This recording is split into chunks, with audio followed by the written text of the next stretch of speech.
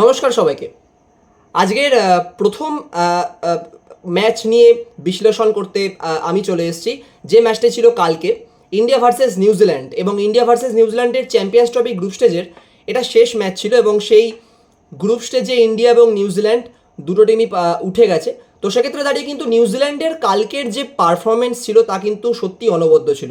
বিশেষ করে fielding department, Glenn Phillips যে ক্যাচটা নিয়েছে, তাছাড়া কেন উইলিয়ামসন যে ক্যাচটি নিয়েছেন, অনবদ্য। মানে এইরকম ক্যাচ হয়তো এক ম্যাচে এরকম দুটো ক্যাচ সত্যি দেখা যায় না। এবং কোথাও গিয়ে আমরা ভেবেছিলাম সেই ফিল্ডিংয়ে আউটপ্লে করে দিল ইন্ডিয়াকে, এবং সেটা হচ্ছিল।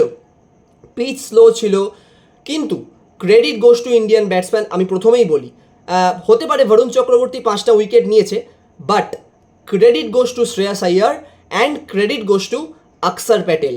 কারণ 30-এ 3 উইকেট ছিল, সেইখান থেকে ম্যাচকে বার করেছে এই দুটো প্লেয়ার, এবং তারা বুঝে গেছিল যে পিচ স্লো, এই পিচে বেশি রান উঠবে না, কিন্তু আমাকে টিকে থাকতে হবে, 50 ওভার খেলতে হবে। এইটা কিন্তু বড়, মানে একটা বড় প্লেয়ারের কিন্তু নিদর্শন হচ্ছে এইটা। এবং তারপরেও হার্দিক পান্ডিয়ার যে ফিনিশিং অসাধারণ ছিল, এবং সেক্ষেত্রে ইন্ডিয়া 249 করেছিল। কোথাও গিয়ে সবাই হয়তো ভেবেছিল স্কোরটা একটু কম, 10-20 রান, বাট স্টিল এটা বিশ্বাস ছিল আমার যে যেহেতু স্লো পিচে এটা একটা ম্যাটার করবে। তো সেক্ষেত্রে দাঁড়িয়ে আমার মনে হলো যে এটা গুড রান, এবং সেটাই হলো।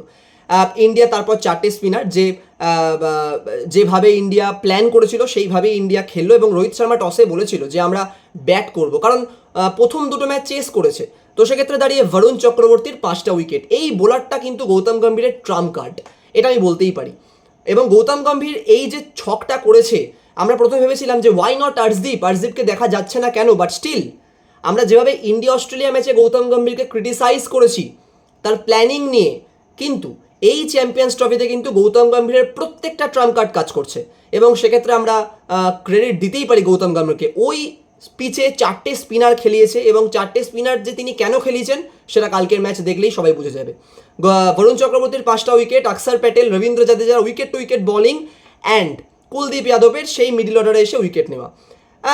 কোথাও গিয়ে যদি থামনেলের ভাষায় বলতে পারি যে ইন্ডিয়া অস্ট্রেলিয়া আবার কি অস্ট্রেলিয়া আউটপ্লে করে দেবে, কিন্তু এই ম্যাচটা আমার মনে হয় খানিকটা আলাদা অন্যান্য পিচের থেকে। কারণ দুবাইয়ের পিচে কিন্তু স্পিনে যেভাবে ইন্ডিয়া কাবু করছে প্রত্যেকটা ম্যাচ, সেক্ষেত্রে কিন্তু অস্ট্রেলিয়ার ক্ষেত্রে খুবই চাপের হবে। কারণ দেখুন, স্পিন সব থেকে ভালো খেলে নিউজিল্যান্ডের প্লেয়ার, টম ল্যাথাম থেকে শুরু করে রচিন রবীন্দ্র থেকে শুরু করে ড্যারেল মিচেল থেকে শুরু করে, সেখানে যখন তারা পারলো না, আমার মনে হয় অস্ট্রেলিয়া খুব একটা মানে ইজিলি খেলতে পারবে না ইন্ডিয়াকে। তো সেমিফাইনালের মতোই হবে, এবং এটাও বলে দিচ্ছি, যদি ইন্ডিয়া অস্ট্রেলিয়াকে হারায় সেমিফাইনালে, কোথাও গিয়ে একটা মনে হতেই পারে যে ইন্ডিয়া এবার চ্যাম্পিয়ন্স ট্রফিটা নিতে পারবে। কারণ অস্ট্রেলিয়ার এই টিমকে হারানো যায়, কারণ ওদের কাছে হ্যাজালউড নেই, ওদের কাছে মিচেল স্টার্ক নেই, ওদের কাছে প্যাট কামিন্স নেই। তবুও যদি ওরা ভালো খেলছে, বাট স্টিল ইংল্যান্ডকে হারিয়েছে, আফগানিস্তানকে হারিয়েছে, বা ওই রেদার দেন বৃষ্টির জন্য এদিক ওদিক হয়ে গেছে, বাট স্টিল ইন্ডিয়া কিন্তু অস্ট্রেলিয়াকে হারাতে পারবে। কারণ ইন্ডিয়ার সব থেকে পজিটিভ পয়েন্ট হচ্ছে স্পিনার। তো দেখা যাক কি হয়। 4 তারিখ ম্যাচ আছে, এবং তারপরেও আমরা এরকমই একটা ভিডিও করব। তবে এই ভিডিওতে যদি এই ইন্ডিয়া নিউজিল্যান্ড ম্যাচ নিয়ে আপনার কিছু বলার থাকে, বা তোমাদের কিছু কমেন্ট থাকে, অবশ্যই কমেন্ট করো। আমিও যদি কোনো কিছু মিস করি, বাট আমার মনে হয় সবথেকে পজিটিভ পয়েন্ট ছিল ইন্ডিয়ার ওই শ্রেয়াস আইয়ার এবং আকসার প্যাটেলের যে নকটা। তো আজকেরটা এইটুখানি। ভালো লাগলে অবশ্যই লাইক করবে, কমেন্ট করবে। এরকম প্রত্যেকটা ম্যাচের অ্যানালিসিস হবে, ফুটবল নিয়ে অ্যানালিসিস হবে, মোহনবাগান ইস্টবেঙ্গল নিয়ে অ্যানালিসিস হবে, যেটা আমার মনে হয় তোমরাও অবশ্যই করবে। তো আজকের জন্য এইটুখানি, নেক্সট দেখা হচ্ছে অন্য একটা ভিডিওতে।